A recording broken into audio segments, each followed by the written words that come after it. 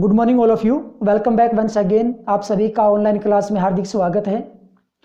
जैसा कि आपको पता है कि ऑफलाइन क्लासें कंप्लीट हो चुकी हैं, यानी कि बंद हो चुकी हैं, और अपने ऑनलाइन सिस्टम है वो वापस से शुरू होने वाला है।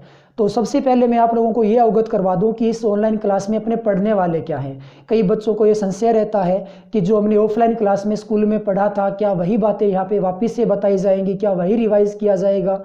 तो मैं उनकी जानकारी के लिए बता दूं कि ऐसा कुछ भी नहीं है। थ्योरी सेक्शन हमने ऑफलाइन क्लास में यानी कि स्कूल में कंप्लीट कर लिया था, और टाइम के अकॉर्डिंग हमने कुछ लेसन के न्यूमेरिकल्स भी कंप्लीट कर लिए थे, और बीच के जो क्वेश्चन बन सकते थे उनको भी हमने कंप्लीट कर लिया था। तो उसी सेक्शन को अपने आगे बढ़ाएंगे जहाँ पे अपनी ऑफलाइन क्लासें खत्म हुई हैं, ठीक उसके आगे का सिलेबस है वो स्टार्ट होने वाला है।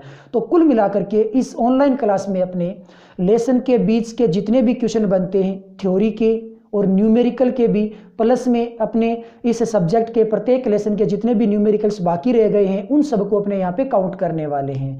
तो थ्योरी सेक्शन में मैं ये मान के चलता हूँ किसी बच्चे को कोई समस्या नहीं है, क्योंकि हमने थ्योरी सेक्शन ऑफलाइन में कंप्लीट कर लिया था।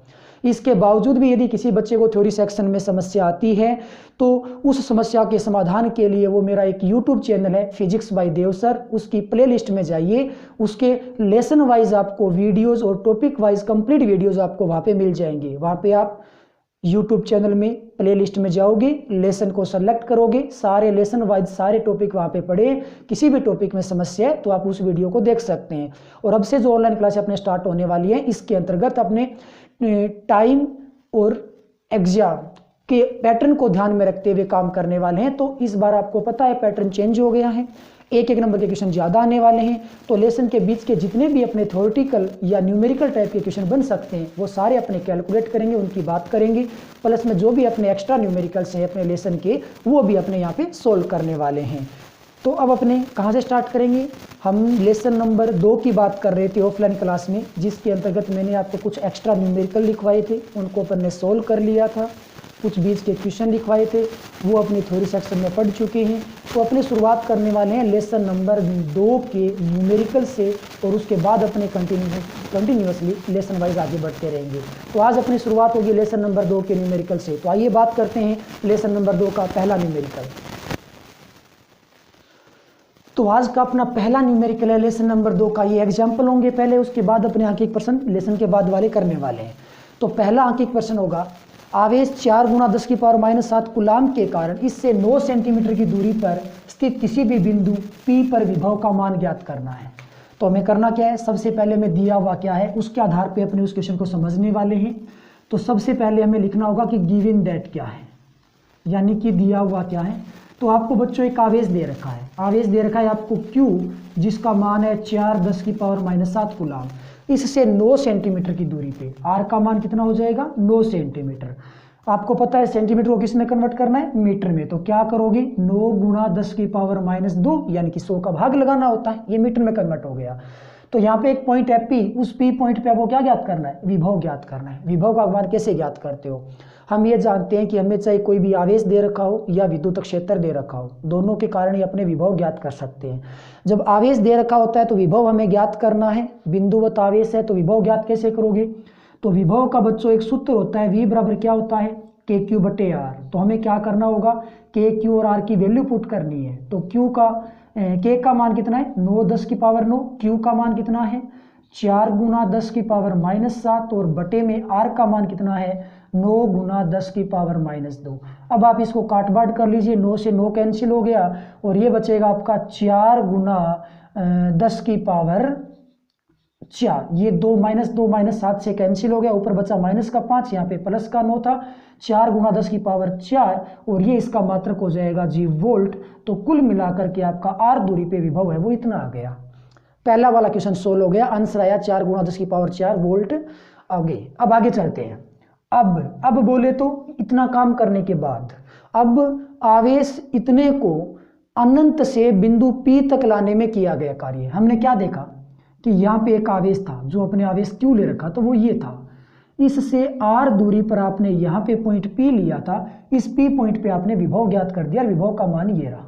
अब क्या कह रहा है क्वेश्चन वाला कि एक आवेश है, आवेश कितना है? 2 × 10⁻⁹ कूलाम।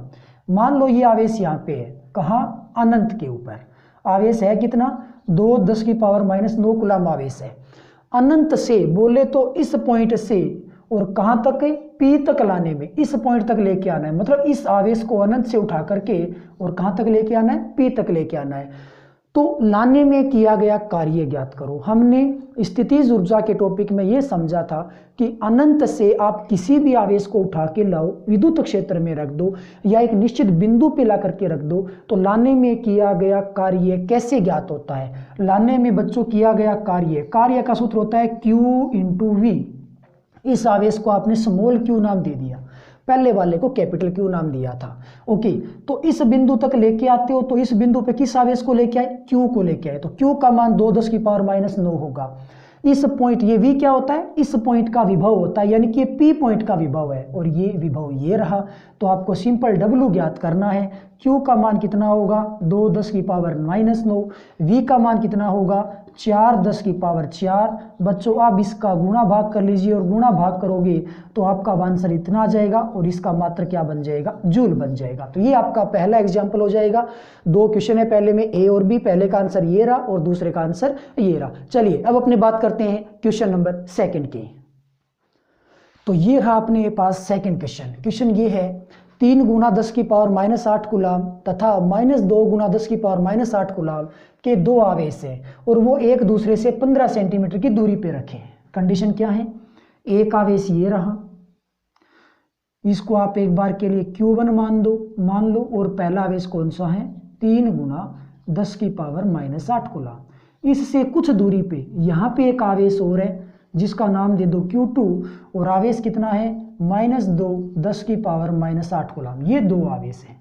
ये दोनों आवेश कितनी दूरी पे व्यवस्थित है, 15 सेंटीमीटर पे। तो इनके बीच की दूरी है वो 15 सेंटीमीटर है।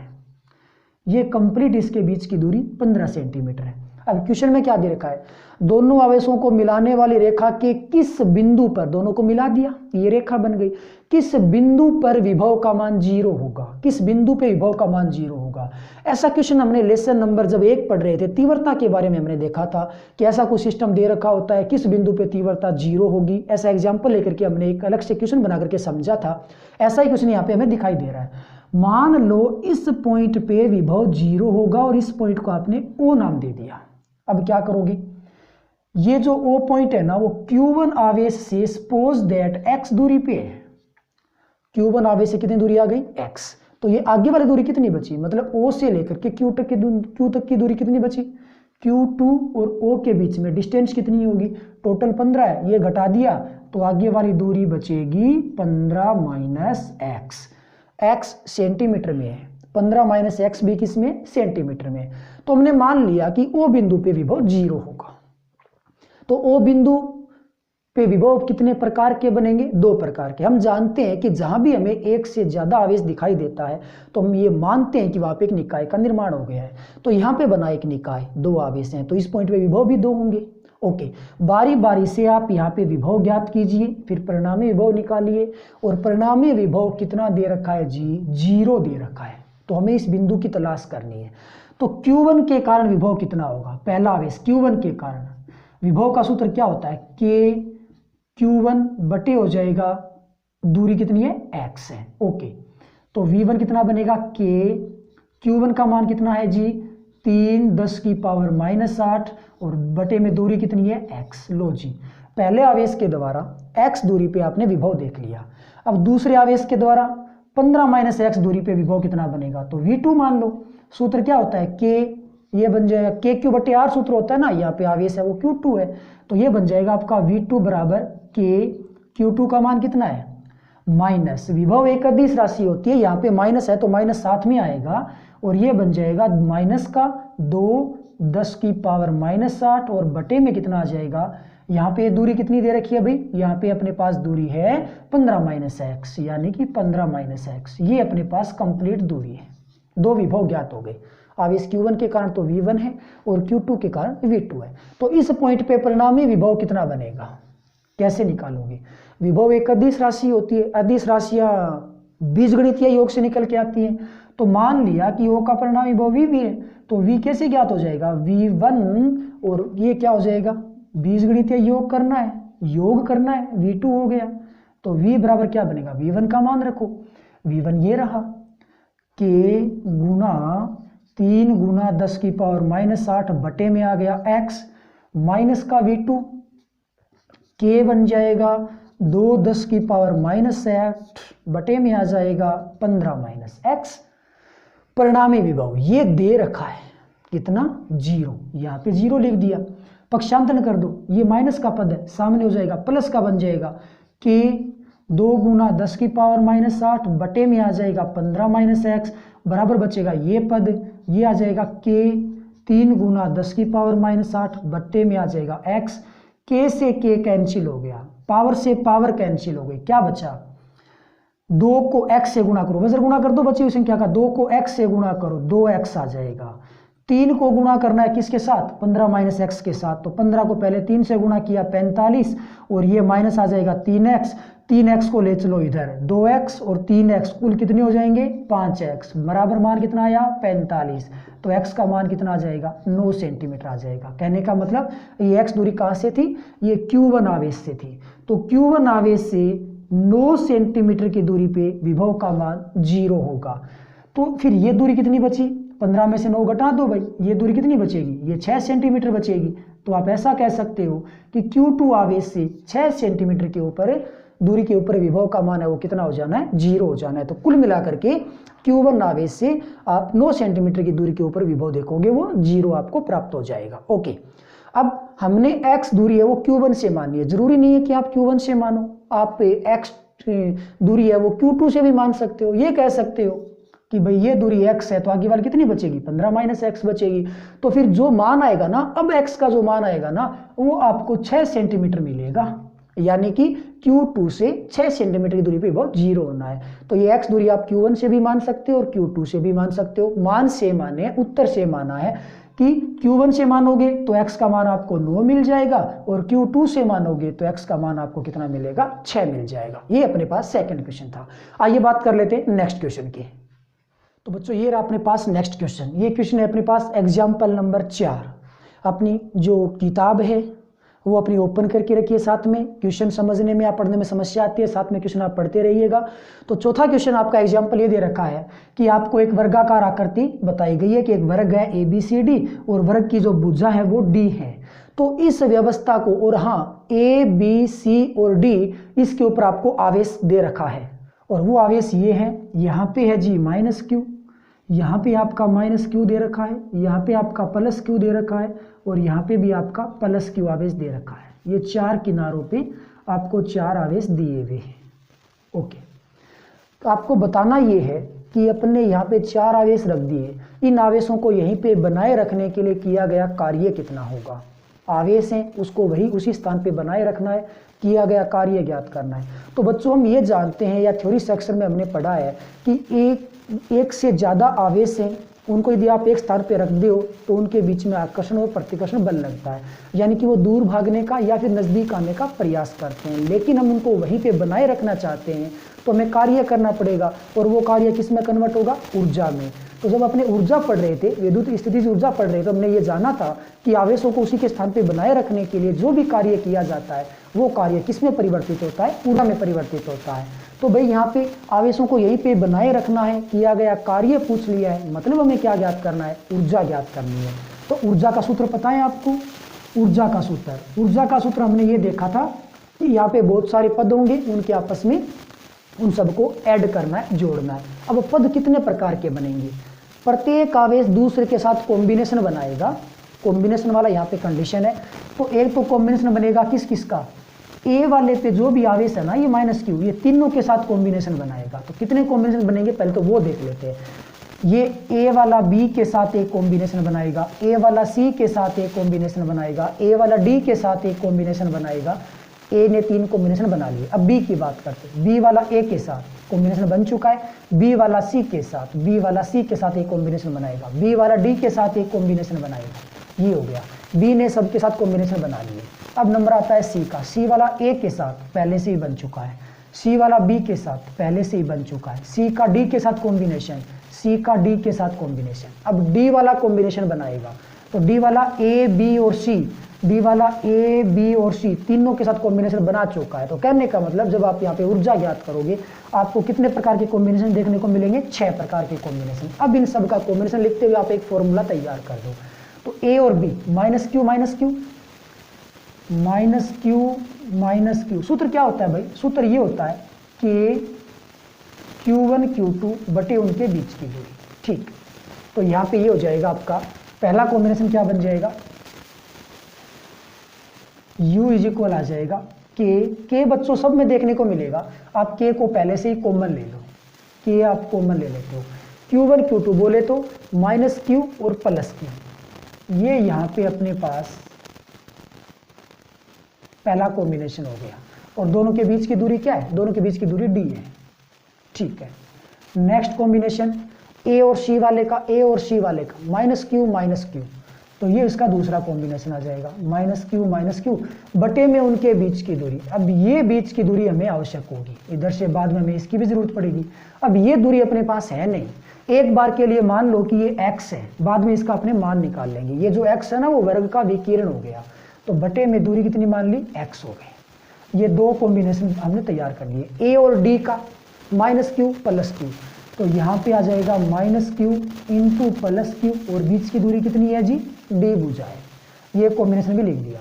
बी और सी का combination plus Q minus Q, plus में आ जाएगा जी एक तो क्यू इंटू में आ जाएगा माइनस क्यू और बीच की दूरी है डी। ये चौथा कॉम्बिनेशन हो गया। ठीक है, पांचवा बी और डी का प्लस क्यू, तो मैं यहाँ पे लिख रहा हूँ पांचवा कॉम्बिनेशन प्लस क्यू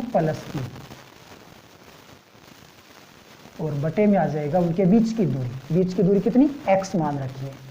ये कॉम्बिनेशन भी हो गया। छठा सी और डी के बीच का माइनस क्यू और प्लस क्यू, तो ये हो जाएगा माइनस का क्यू गुणा प्लस का क्यू, बीच की दूरी डी है। ये 6 कॉम्बिनेशन हो गए। ठीक है, पहले आप x का मान ज्ञात कर लो। x का मान कैसे ज्ञात करोगे, जब आप x का मान ज्ञात करोगे तो आपको नजर आएगा कि ये एक समकोण त्रिभुज है। समकोण त्रिभुज में आपको पाइथागोरस प्रमेय लगा देना है। क्या लगा देना है, पाइथागोरस प्रमेय। तो पाइथागोरस प्रमेय लगाओगे तो आधार का स्क्वायर प्लस लंब का स्क्वायर बराबर ये x का स्क्वायर आएगा।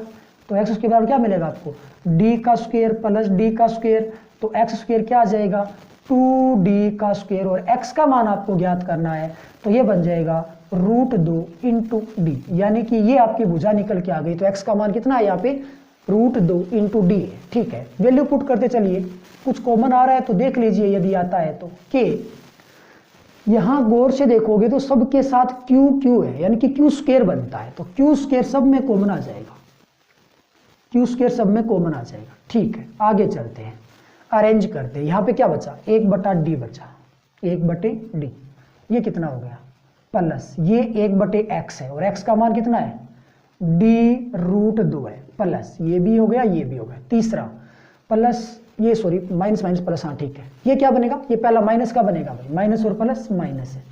तीसरा प्लस माइनस का बनेगा, ये कितना बन जाएगा 1/d बनेगा। ये कितना होगा प्लस माइनस होगा, और ये क्या बनेगा 1/d बनेगा। आगे चलते हैं, ये बन जाएगा प्लस का 1/x, x का मान d√2 है, d√2 हो गया। आगे चलेंगे माइनस, ये बनेगा आपका 1/d, क्यू स्क्वायर हमने बाहर कॉमन ले लिया था। माइनस 1/d के आपको 4 पद देखने को मिलेंगे, 1 2 3 और 4, और d√2 के आपको 2 पद देखने को मिलेंगे, दोनों ही प्लस के। तो आप ऐसा कह सकते हो के क्यू स्क्वायर, प्लस वालों को पहले लिख दो, 1/d√2 के 2 पद है तो ये बन जाएगा 2/d√2, माइनस 1/d के 4 पद है जी, 1/d के 4 पद है तो 4 गुना हो गया, ये मान हो गया। अब यहां से कुछ और कॉमन आता है क्या, यहाँ से आप ले सकते हो 2/d कॉमन ले सकते हो, तो ये बन जाएगा 2q²/d, और यहाँ से कितना बचेगा 1/√2 माइनस 2 आ जाएगा। ये आपका बच्चों फाइनल आंसर निकल के आ जाएगा 2q²/d और 1/√2 माइनस का 2, ये आपका फाइनल आंसर निकल के आ गया। चलिए बात करते हैं नेक्स्ट क्वेश्चन की। तो बच्चों ये रहा आपका नेक्स्ट क्वेश्चन, अपनी किताब में आप क्वेश्चन उठाइए, एग्जाम्पल नंबर 5। एग्जाम्पल नंबर 5 आपको ये दे रखा है कि 2 आवेश हैं, एक आवेश है Q1 7 माइक्रो कूलम का। आप साथ साथ में क्वेश्चन को पढ़ते रहिएगा, दूसरा आवेश दे रखा है -7 माइक्रोकूलम का। जो पहला आवेश है उसके बिंदु दे रखे हैं, निर्देशांक दे रखे हैं -9 सेंटीमीटर 0 और 0, और दूसरे के निर्देशांक है 9 सेंटीमीटर 0 और 0। तो क्वेश्चन नंबर 1 में आपको स्थितिज ऊर्जा ज्ञात करनी है। दूसरा क्वेश्चन बाद में बात करेंगे, पहले इसको पूरा करते हैं। दो आवेश Q1 और Q2 है, निर्देशांक दे रखे हैं, तो कहाँ मिलेंगे हमें ये दोनों आवेश? ये मान है वो x एक्सिस का है, ये y पे है, ये z पे है, यानी कि पहला x एक्सिस पे मान हो गया, दूसरा y पे हो गया और तीसरा z पे हो गया। तो पहले आप इन बिंदुओं को तलाश कीजिए। आपको निर्देश तंत्र में ये कंडीशन दी हुई मिलेगी, x एक्सिस, y एक्सिस, और इधर चलेंगे तो अपने आ जाएगा z एक्सिस। x एक्सिस ये हो गया y और ये हो गया z। इधर चलोगे तो आपको मिल जाएगा माइनस का x एक्सिस, और ये आपका 0 वाला पॉइंट है। आपको y और z की तो जरूरत ही नहीं पड़ेगी क्योंकि दूरी है वो x के ऊपर ही है। तो ये जो पहला आवेश है ना वो आपको x एक्सिस के ऊपर -9 सेंटीमीटर में मिलेगा। माइनस दूरी इधर आएगी, माइनस का 1 2 3 4 ऐसे करते करते मान लो ये माइनस का 9 सेंटीमीटर आ गया। तो यहाँ पे आपका पहला आवेश रखा हुआ है। y की ओर 0 चलना है, यानी कि बिल्कुल भी नहीं चलना है, z की ओर भी बिल्कुल नहीं आना है। दूसरा आवेश कहाँ मिलेगा? x एक्सिस पे मिलेगा, लेकिन 9 सेंटीमीटर वो भी प्लस है, तो प्लस का आपको इधर मिलेगा 1 2 3 4 ऐसे करते करते 9 यहाँ पे आ गया। यहाँ पे आपका दूसरा आवेश रखा हुआ है। तो एक आवेश यहाँ रखा हुआ है, एक आवेश यहाँ रखा हुआ है। तो इस स्ट्रक्चर को आप ऐसा बना सकते हो कि यहाँ एक आवेश है Q1, बीच की कुछ एक दूरी है, यहाँ एक आवेश है Q2। अब सोचने वाली बात है, और यहाँ पे ये O था, सोचने वाली बात ये है कि दोनों आवेशों के बीच में दूरी कितनी हो गई। भाई ये दूरी 9 सेंटीमीटर है, इधर वाले भी 9 सेंटीमीटर है, तो इनके बीच की जो कुल दूरी है वो बच्चों कितनी हो गई? 18 सेंटीमीटर हो गई। तो बस यही अपना क्वेश्चन बन गया। दो आवेश हैं Q1 Q2, इसके मान ये दे रखे और 18 सेंटीमीटर की दूरी पे रखे हुए हैं। तो इनके कारण स्थितिज ऊर्जा कितनी बनेगी? तो आपको ज्ञात करना है स्थितिज ऊर्जा का मान। दो आवेशों के कारण ऊर्जा का सूत्र क्या होता है कि Q1 Q2 बटे कितना आ जाता है R। तो U का मान कितना बन जाएगा? K का मान हो गया 9 10 की घात 9, Q1 का मान कितना है 7, माइक्रो में दे रखा है भाई, -6 लगा दिया। Q2 का मान कितना है? माइनस में है, तो माइनस का 7 10 की पावर माइक्रो में -6 लगा दिया, बटे में बीच की दूरी 18 सेंटीमीटर है। ये आपको सेंटीमीटर में दे रखी है, मीटर में कन्वर्ट कर -2 10 की पावर -2 से गुणा कर दिया। ओके, तो अब यहाँ से मान कितना निकल के आ जाएगा? U। इसको बच्चों आप गुणा भाग कर लो, गुणा भाग करोगे ना तो आपको मान मिलेगा -0.7 जूल। कहने का मतलब इस निकाय के कारण, ये जो निकाय बना था, इस निकाय की जो स्थितिज ऊर्जा होगी, पोटेंशियल एनर्जी होगी, उसका मान -0.7 जूल आपको मिल जाएगा। ये पहले का आंसर हो गया। दूसरा, अनंत तक पृथक करने के लिए किया गया कार्य ज्ञात करो। मतलब इन दोनों आवेशों को आप अनंत तक लेके जाइए, अनंत तक दूर तक लेके जाते हैं, किया गया कार्य कितना होगा वो आपको बताना है। कहने का मतलब आप एक निश्चित पॉइंट से अनंत तक जाओ या अनंत से उस निश्चित पॉइंट तक आओ, कार्य बराबरी करना होता है। निश्चित पॉइंट से अनंत की ओर जाइए या अनंत से आइए उस निश्चित पॉइंट तक, दूरी तो उतनी है, बल उतने लगाना पड़ेगा, तो कार्य भी सेम ही होता है। तो आप अनंत से आओ या फिर निश्चित बिंदु से अनंत की ओर जाओ, काम समान होगा, कार्य बराबर होगा। अब सोचने वाली बात यह है कि ये जो आप एक निश्चित पॉइंट से यहाँ से चलोगे, अनंत की ओर जाओगे, तो कार्य होगा क्या? क्या जुगाड़ होगा कार्य? हम ये जानते हैं अनंत से लेके आए आवेश को निश्चित बिंदु तक लेके आ गए, तो लाने में जो किया गया कार्य है ना, वो निकलता तो Q × V से है, लेकिन वो कार्य कहलाता क्या है? स्थितिज ऊर्जा कहलाता है। यानी कि अनंत से आओगे निश्चित बिंदु तक तो किया गया कार्य क्या? ऊर्जा। यहाँ पे वही बात हो रही है कार्य की, यानी कि एक प्रकार से ऊर्जा की बात हो रही है। तो आप निश्चित पॉइंट से अनंत की ओर जाइए तो किया गया कार्य क्या बनेगा? ऊर्जा बन जाएगा। तो अनंत पे जाओगे, जिस बिंदु पर जाते हो उस बिंदु की ऊर्जा निकल के आती है। तो एक निश्चित पॉइंट से आप चलोगे, अनंत की ओर अग्रसर हो जाओगे तो अनंत के ऊपर की ऊर्जा निकल के आएगी। और प्यारे बच्चों में ये जानते हैं कि अनंत के ऊपर कभी पहुंचा नहीं जा सकता, सारे मान अनंत के लिए काल्पनिक माने जाते हैं। अनंत पे विद्युत क्षेत्र की तीव्रता 0 मानी जाती है, विभव 0 माना जाता है, ऊर्जा 0 मानी जाती है। कहने का मतलब जब आप अनंत के ऊपर चले जाओगे तो अनंत की ऊर्जा का मान 0 जूल होगा। ओके, ये कौन से बिंदु की ऊर्जा थी? एक निश्चित पॉइंट की ऊर्जा थी, तो ये अनंत की ऊर्जा है 0 जूल। तो निश्चित पॉइंट के ऊपर या इस निकाय के लिए जो ऊर्जा है ना, वो इतनी है, -0.7 जूल है। अनंत पे जाओगे ऊर्जा कितनी बन जाएगी, 0 जूल बन जाएगी। इसका मतलब ये न समझा जाए कि हम अनंत के ऊपर जा रहे हैं तो ऊर्जा 0 है, मतलब हमें जाने में कोई कार्य नहीं करना पड़ रहा है, 0 कार्य करना पड़ रहा है, ऐसा न समझा जाए। पता है क्या होगा, आप इस निकाय से या इनको पृथक करोगे ना, अनंत की ओर जाओगे तो आपको कार्य करना पड़ेगा 0 जूल का, लेकिन वो धनात्मक कार्य है। फिलहाल इस यानी कि यही कार्य क्या बन गए, ऊर्जा। मतलब निकाय को आप अनंत के ऊपर लेके जाओगे तो आपको ऊर्जा मिलेगी 0.7, लेकिन हुआ क्या कि इस निकाय की जो कुल ऊर्जा है ना वो माइनस में बनी हुई है, -0.7 है, और +0.7 आप और कर दोगे तो भाई कुल ऊर्जा कितनी बन जाएगी, 0 बन जाती है। कितनी बन जाएगी, 0। तो अनंत के ऊपर जो कुल ऊर्जा है वो 0 आ जाती है। तो अब आप ज्ञात कैसे करोगे, अनंत की 0 है, इस निकाय की 0.7 है, तो परिणामी ऊर्जा कितनी बनेगी, वही आपका किया गया परिणामी कार्य होगा।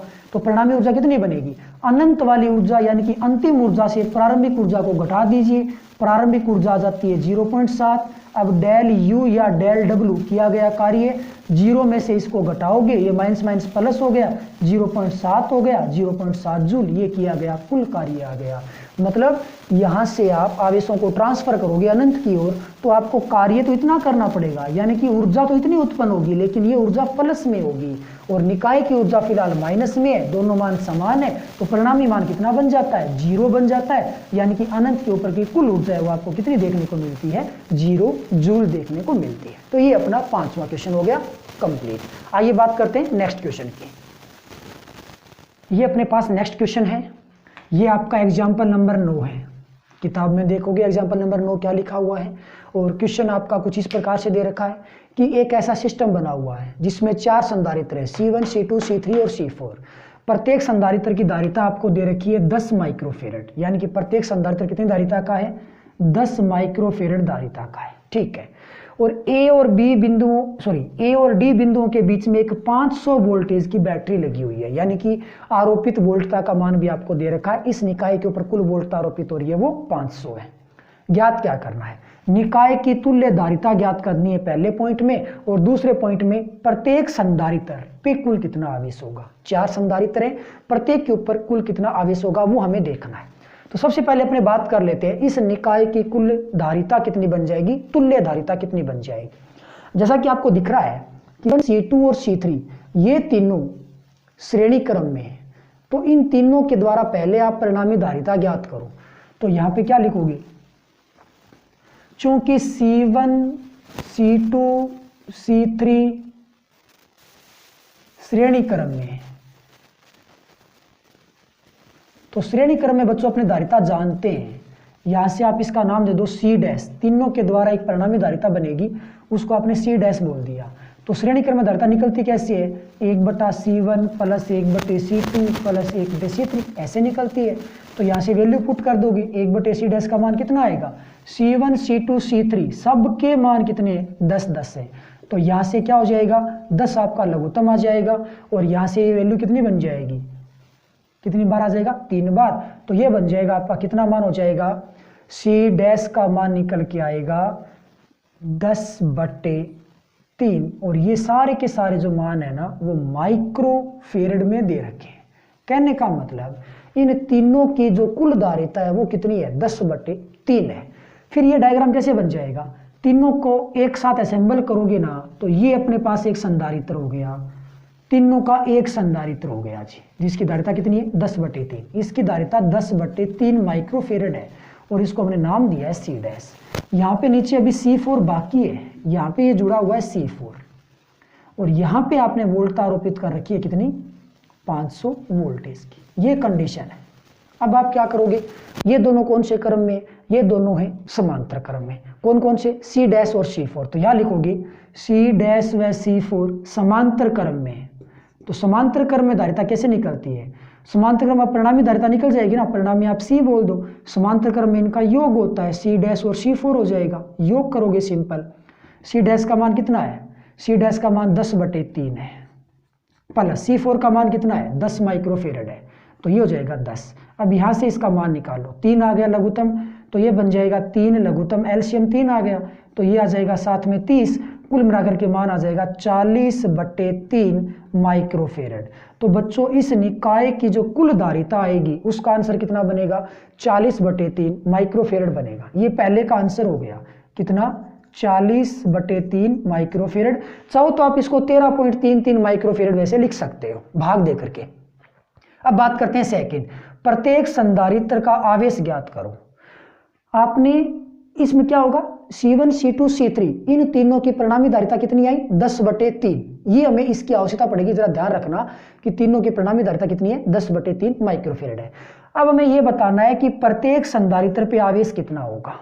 ओके, यहां एक बैटरी लगी हुई है, वोल्टता कितनी है, 500। बैटरी, ये संधारित्र और ये परिणामी संधारित्र तीनों समांतर क्रम में वोल्टता बराबर होती है। तो कहने का मतलब कि इसके सिरों पे भी वोल्टता कितनी होगी, 500, इसके सिरों के ऊपर भी वोल्टता कितनी होगी, 500।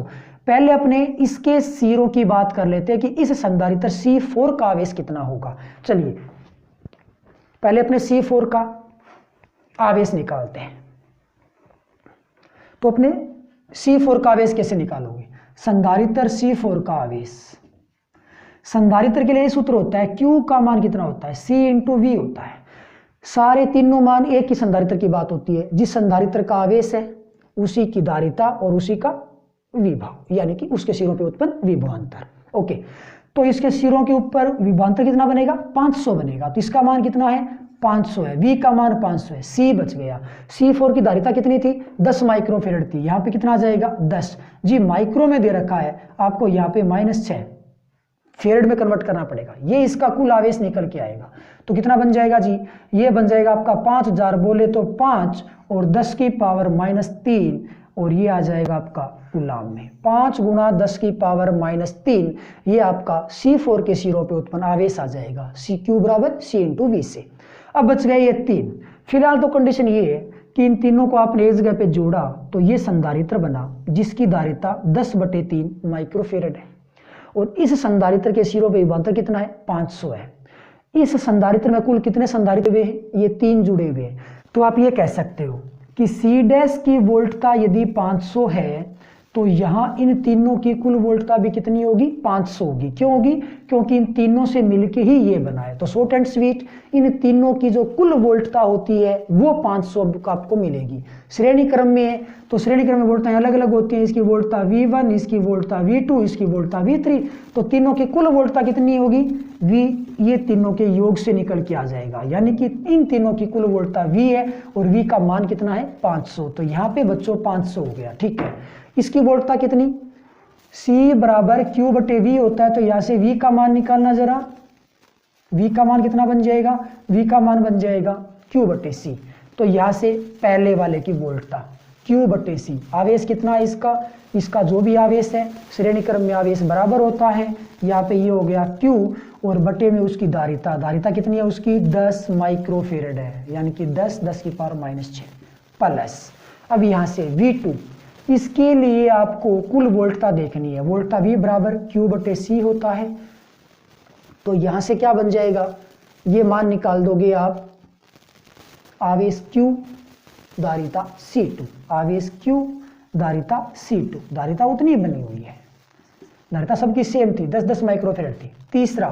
तीसरे का आवेश भी Q है, श्रेणी क्रम है इसीलिए, और धारिता कितनी है, धारिता 10 × 10 की पावर -6। ओके, अब आपके पास में एक तरीका और भी था, आपको ज्ञात करना है जी कुल आवेश Q। तो आप ऐसा कह सकते हो, इसमें कॉमन क्या आ रहा है, इसमें कॉमन ये आ रहा है कि 500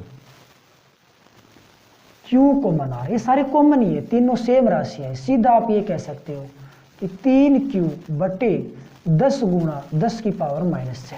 Q का मान निकाल दो, निकालोगे ये बन जाएगा 5 × 10 की पावर -3 = 3Q है, और यहाँ से Q का मान कितना आ जाएगा, 5/3 × 10 की पावर -3, 5 में 3 का भाग लगा दो, लगभग 1.67, और 10 की पावर -3 इंटू आ जाएगा कूलाम Q। ये इसका मान निकल के आ गया। तो प्रत्येक संधारित्र पे आवेश आएगा वो 1.67 10 की पावर -3 आएगा, और Q4 के ऊपर जो C4 वाली धारिता पे जो संधारित्र का आवेश आएगा उसका मान आपको कितना देखने को मिलेगा, 5 × 10⁻³ देखने को मिलेगा।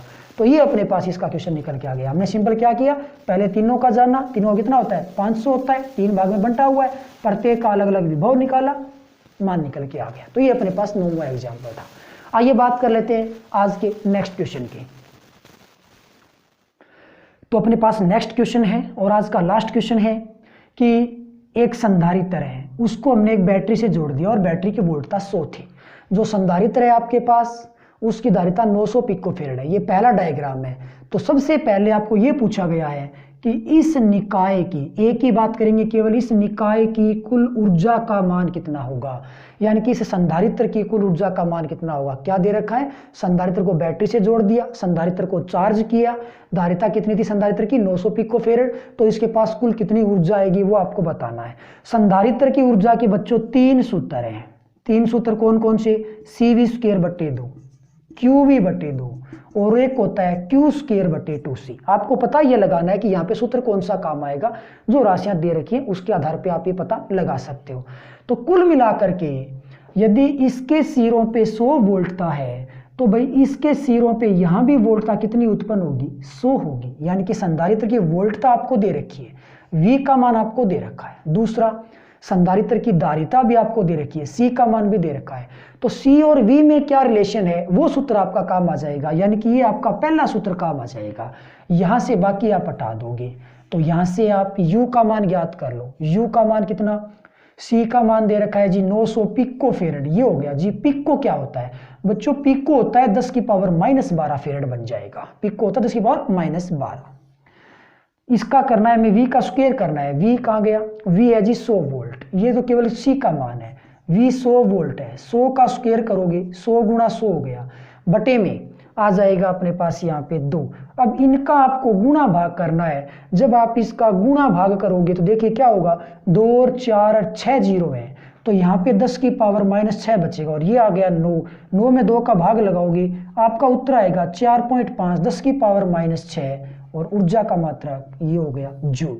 यानी कि इस संधारित्र की कुल ऊर्जा है वो इतनी आ जाएगी। अब सेकंड टाइप में क्या दे रखा है, ये आपका दूसरा डायग्राम है, बी डायग्राम। बी डायग्राम ऐसा बोला गया है कि ये जो संधारित्र था इसको आपने कंप्लीट चार्ज कर दिया, फुली चार्ज कर दिया।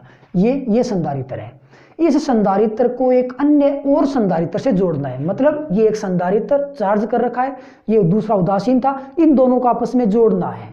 जोड़ोगे तो क्या होगा, एक निकाय बनेगा। इस निकाय की ऊर्जा भी आपको ज्ञात करनी है कि अब दोनों सेल को या दो संधारित्र को आपने जोड़ दिया तो यहाँ पे जो निकाय बना है उस निकाय की कुल ऊर्जा कितनी होगी। तो ध्यान रखना, एक कंप्लीटली चार्ज था, एक संधारित्र कंप्लीटली उदासीन यानी कि डिस्चार्ज था। दोनों को आप जोड़ोगे तो होगा क्या, इसका थोड़ा सा बेसिक समझ लो बच्चों। होता क्या है कि अपने पास कोई भी पदार्थ है जिसके पास मान लीजिए आवेश है Q, आवेशित पदार्थ है, एक और पदार्थ है जो उदासीन पदार्थ है। जब इन दोनों को आपस में जोड़ते हो ना तो एक भाग से दूसरे भाग की ओर आवेश ट्रांसफर होता है। किस गोले से किस गोले की ओर या किस भाग से कहाँ आवेश जाएगा वो डिसाइड करता है विभव। आवेश हमेशा उच्च विभव से और ट्रांसफर होता है किसकी ओर, निम्न विभव की ओर। यह ध्यान रखना, आवेश हमेशा उच्च विभव से निम्न विभव की ओर भागता है। और कब तक भागता है, जब तक दोनों के विभव आपस में बराबर नहीं हो जाते। तो यहाँ पे वही कंडीशन है, ये चार्ज था तो आवेश यहाँ से निकलेगा, चार्ज है, इसका विभवांतर भी है कितना 100 वोल्ट है। ओके, तो चार्ज यहाँ से निकलेगा और दूसरे के ऊपर आएगा। हालांकि इसमें तो डायग्राम बुक में बना हुआ है अपने कि यहाँ पे Q/2 बचा, यहाँ पे भी Q/2 आवेश बचा, लेकिन हमें पता भी होना चाहिए कि यहाँ से आवेश निकलेगा और दूसरे संधारित्र यानी कि नीचे वाले संधारित्र की ओर आएगा तो आवेश कैसे बचेगा, कितना डिवाइड होगा और विभवांतर या विभव कितना बचेगा। कुल मिलाकर के दोनों की धारिताएं आपको दे रखी है 900 पिकोफैराड, यानी कि इसकी धारिता भी 900 है और इसकी धारिता भी कितनी है 900 है।